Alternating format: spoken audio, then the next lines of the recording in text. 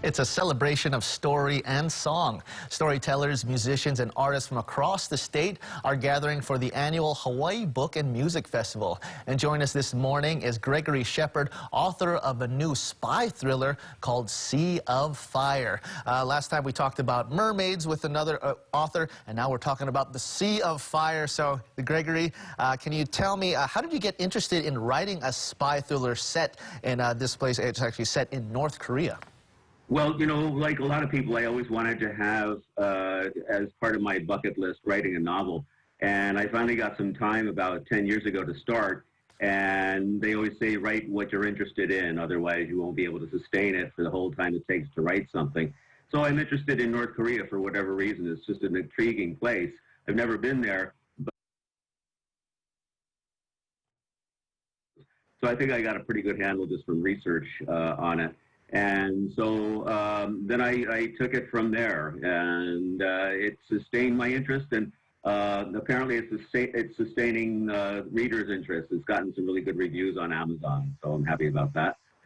Yes, and I like the title. I was intrigued right from the beginning. Sea of Fire, and set in North Korea. That's also very intriguing. There's lots of conflict with that country. Tell me, so how did you do your research for this book, Sea of Fire? Well, as I said, I just read a lot, read a lot. There's a lot of good books about North Korea that give insight as to everyday life. I wanted it to have kind of authenticity of everyday life, what people eat, what the layout of the capital, Pyongyang, is, and this kind of thing. So I just read a lot, and I watched a lot of videos that are from, you know, by tourists or whoever, on YouTube, and just took a lot of notes. Very cool and very interesting. And you do have a main character with a great name. I'll let you tell us more about this main character that you brought up. Yeah, Patrick Featherstone. Featherstone, I was reading a book, again, about 10 years ago, and one of the characters, it was actually a crime, true crime in New York, a group called the Westies.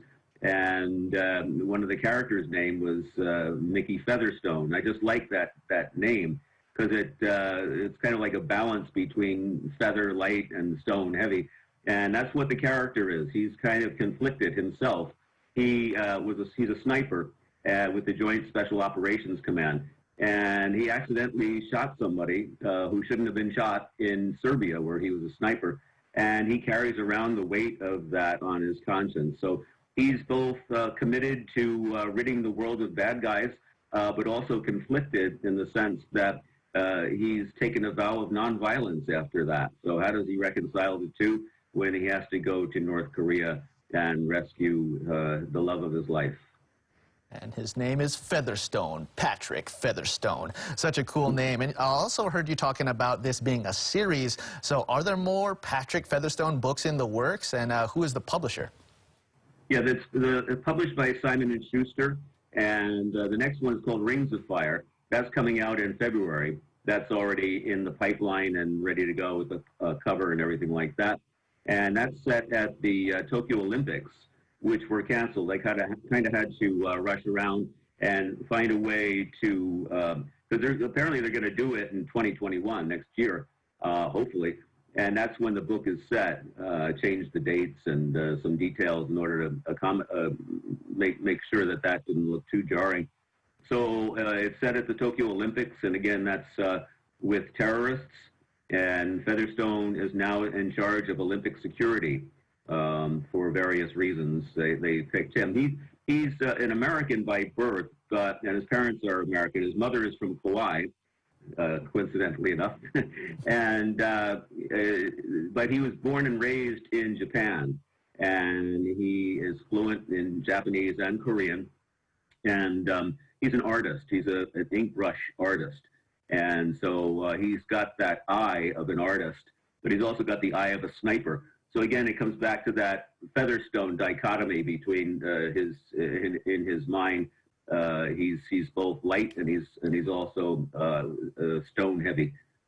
Watch out, James Bond, because Featherstone sounds way cooler, and he's got Hawaii ties. So tell me, Gregory, what's the origin of the titles of the books that you come up with? Kim Jong-il, who is the Kim Jong-un's father, died in 2012, and he once threatened South Korea to turn it into a sea of fire, meaning nuclear fire.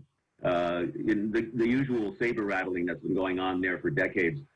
But I just thought that that was just such in a perverse way, a great title for a book. So, and the Sea of Fire in my book refers to a possible nuclear apocalypse that's going to happen over there. And it's also the Sea of Fire in Patrick Featherstone's heart, because there's a love interest, a strong love interest throughout the book. And so, but I just thought that that worked well as a title, even though it referred to nuclear war.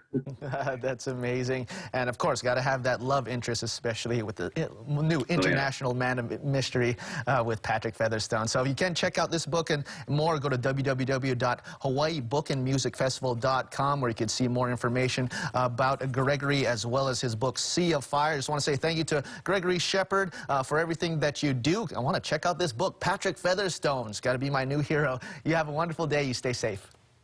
Thanks a lot. All right. We'll break down the top stories that